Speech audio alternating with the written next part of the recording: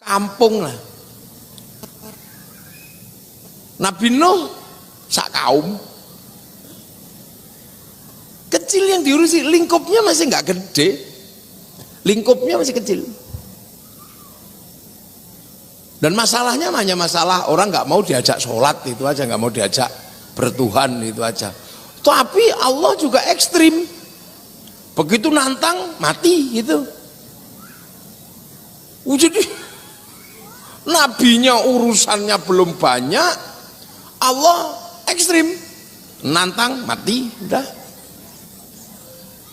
Nabi Ibrahim itu baru satu negara tanggungannya, ngurusin Namrud. Begitu Namrud nggak mau ikut, mati. Makan nyamuk satu kerdus, kena cikungunya semua, mati. Jadi yang namanya Nabi dan Tuhan itu nyata di depan mata. Nabi Musa, umatnya baru satu negara, mainnya juga belum jauh, baru antara Filistin sama Mesir. Belum ada umat Nabi Musa main sampai Magelang, belum ada. Jadi jangkauan teritori kalau dalam bahasa tentara ini secara teritori masih sangat sempit.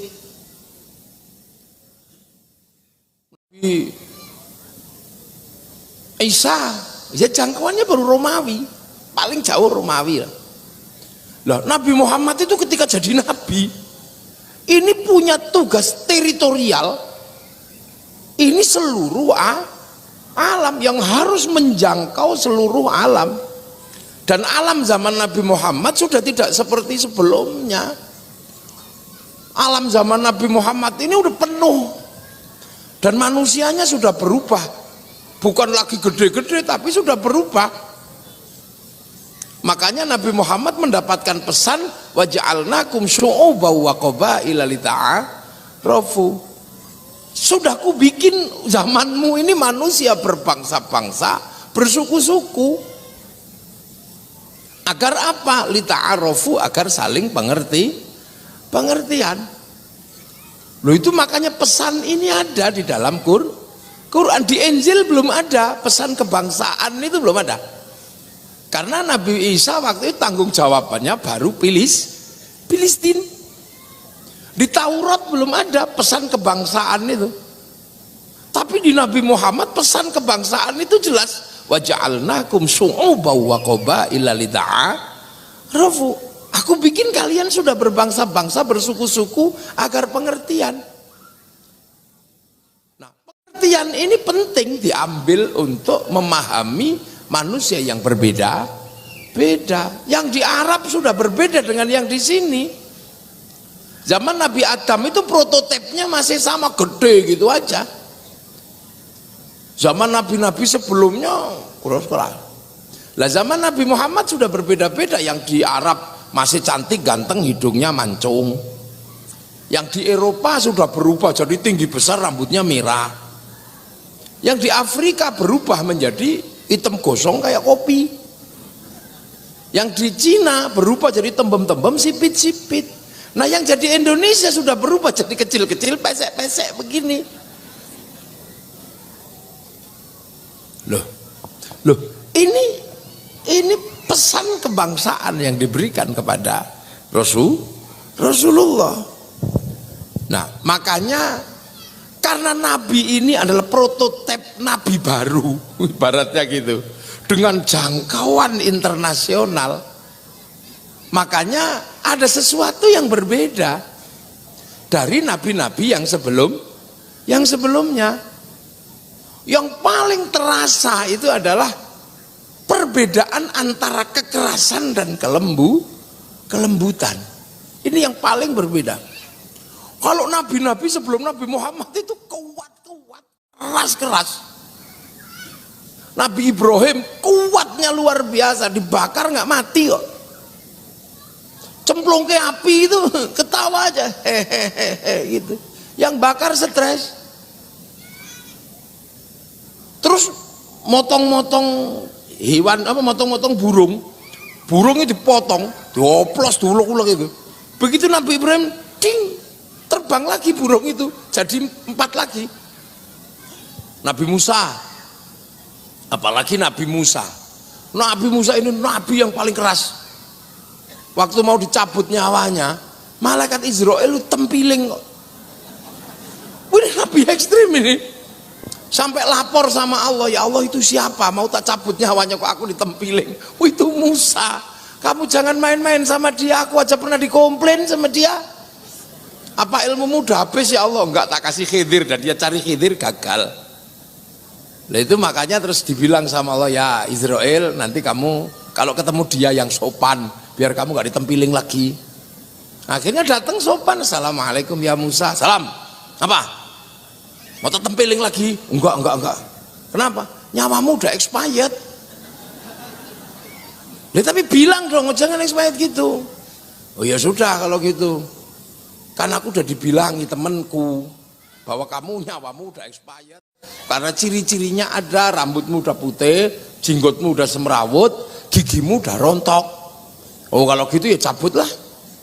Makanya orang Yahudi ketika tahu Nabi Musa dicabut karena giginya rontok, rambutnya putih, jenggotnya semrawut, akhirnya orang Yahudi punya kebiasaan nyukur jenggot, memperbaiki gigi, nyemir rambut supaya malaikat kalau datang, oh belum waktunya.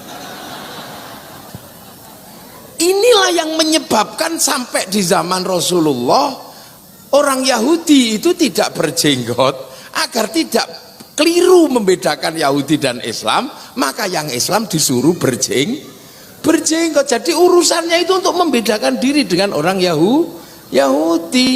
Lah kalau di sini kan Yahudinya nggak ada, jenggotnya juga susah karena ras Mongoloid. Kompromi dengan rahmatan lil alamin, karena Mongoloid maka kiai ulama tidak ada yang ribut jenggot. Itu loh Pak Dudung, Pak Jenderal. Jadi ini maka yang sabar aja, nanti tak jelaskan semuanya sampai jam 1 lah. Nggak apa-apa. Biar nggak, karena ini tentara soalnya tentara itu kalau sampai salah paham bahaya. Karena pegangnya bedil.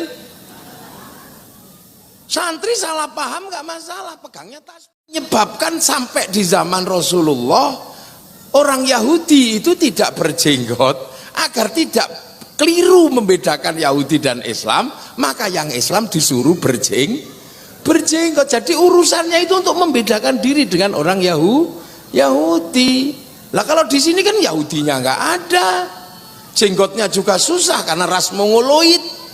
Kompromi dengan rahmatan lil alamin, karena Mongoloid maka kiai ulama tidak ada yang ribut jenggot. Itu loh Pak Dudung, Pak Jenderal. Jadi ini maka yang sabar aja, nanti tak jelaskan semuanya sampai jam 1 lah. Nggak apa-apa.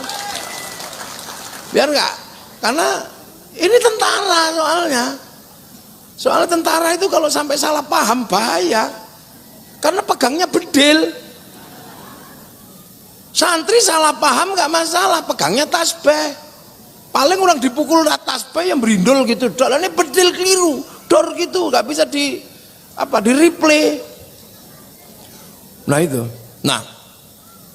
keras Nabi Musa itu. Jenggotnya Fir'aun itu dipegang, itu separuh putih separuh hitam. Tangan masuk saku, keluar jadi listrik. Jadi di sini listrik mati, Nabi Musa ini terang itu semegelang. Tongkatnya dilempar jadi barongsai. Itu Nabi Musa. Pukulkan laut itu jadi jalan tol. Makanya waktu saya di istana saya jelaskan kalau Pak Jokowi seandainya punya tongkat Nabi Musa, nggak susah-susah bangun tol. Pukul aja cuk gitu, Anyer Penarukan lewat. Loh, ya. Dan ketika Nabi Musa ini dilawan sama Fir'aun, yang sekuat itu Musa, bisa Nabi Musa itu ngelawan Fir'aun, mati Fir'aun kalau dilawan. Tapi gitu-gitu juga masih Allah turun tangan, langsung kelep gitu. Jadi Allah juga masih ekstrim zaman segitu. Ras. Nabi Sulaiman punya bapak namanya Nabi Dawud. Nabi Dawud itu tangannya masuk saku, itu keluar jadi pedang. Makanya ahli logam dari dulu ya Nabi Dawud. Makanya